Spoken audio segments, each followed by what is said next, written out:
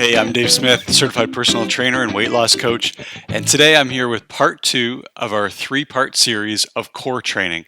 So if you missed part one, check out part one before you dive into part two. Part one was sort of our beginner. Today's a little bit more advanced. So let's get right into this. Our first exercise is called a Breakdancer, and we're going to start out again in a straight arm plank. So we've got wrists underneath shoulders, nice tight butt cheeks, nice flat low back. And the move's going to look like this.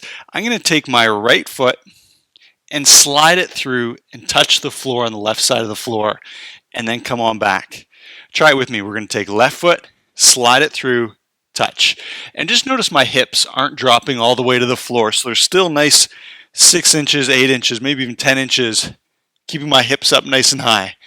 And as this feels more comfortable, we can get moving into a little bit quicker pace.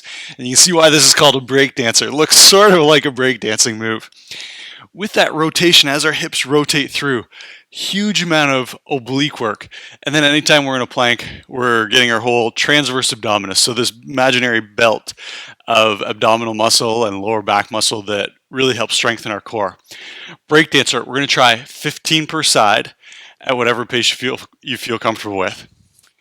Our next exercise, we're going to go onto our stomach. And part of our core muscles are our lower back muscles, and quite often neglected. What I'm going to get you to do, bend your knees, bend your elbows. So we got 90 degrees in the knees, 90 degrees in the elbows.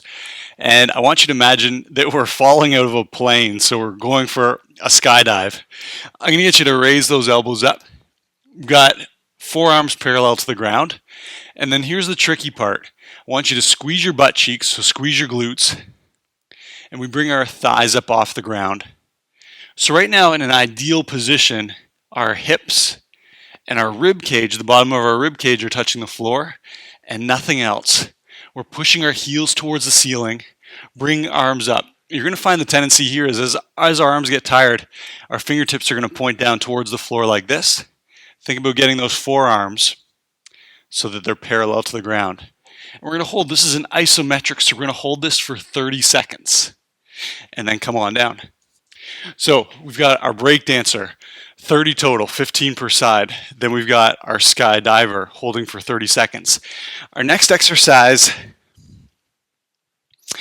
is the most technical of all these moves. This one requires some pretty strict form. It's called a dead bug.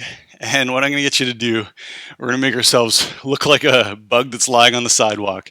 We're going to go 90 degrees in the knees, and then we're just going to point up towards the ceiling. To begin here, all I want you to think about is pulling your belly button in, and this is so key, so that there's no gap under our lower back. So imagine I was there with you and I took my hand and tried to slide it under your lower back. There should be no gap there.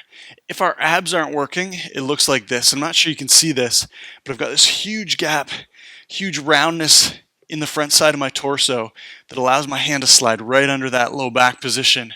So instead we're going to flatten it out. So everyone try that with me. And this is a beginner spot for a dead bug, is just pulling that belly button in nice and flat.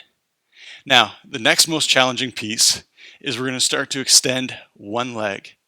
And the rule here is you can extend that leg as long as that gap doesn't form under your lower back. Pull that knee in. Then we're going to try and extend one arm, one leg. Again, holding that flat low back position. If there's a gap that forms, then that's a little bit too challenging for us. Maybe we can back up and do just one leg. Now we're going to try 2 legs and 1 arm, and that is challenging. Really feel your core having to squeeze in nice and tight to keep that flat low back position. And you can try this if you want to modify it. It doesn't have to be full extension, so maybe we just go here and pull it back in. And then of course, a full dead bug will look something like this.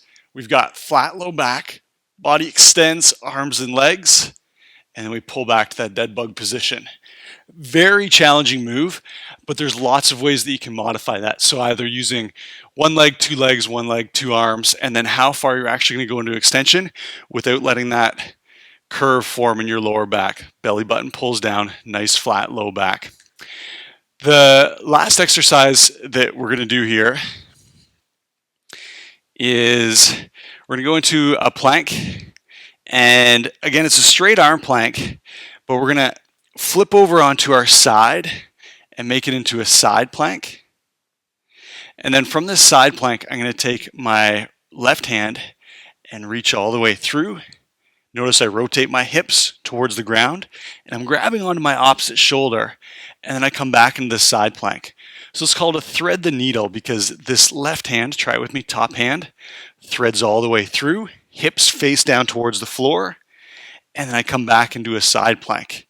Pretty challenging move. Again, huge oblique sides of our abs. Try it again. We rotate hips, hip bones facing down to the ground, grab onto the opposite shoulder, back in a side plank. I'm going to show you this on the other side just so you can see where my arm is moving to. So we start in side plank, square up our hips, reach all the way through, grab onto that shoulder, rotate back into side plank. Very challenging move, nice slow pace. We're going to try 10 per side. And there's our level 2 core workout. The entire thing should take you no more than 8 minutes. Move slowly, do what you're comfortable with, hold nice tight form. And if this wasn't challenging enough for you, tune back in tomorrow when I'll show you part 3 of our 3-part core training series.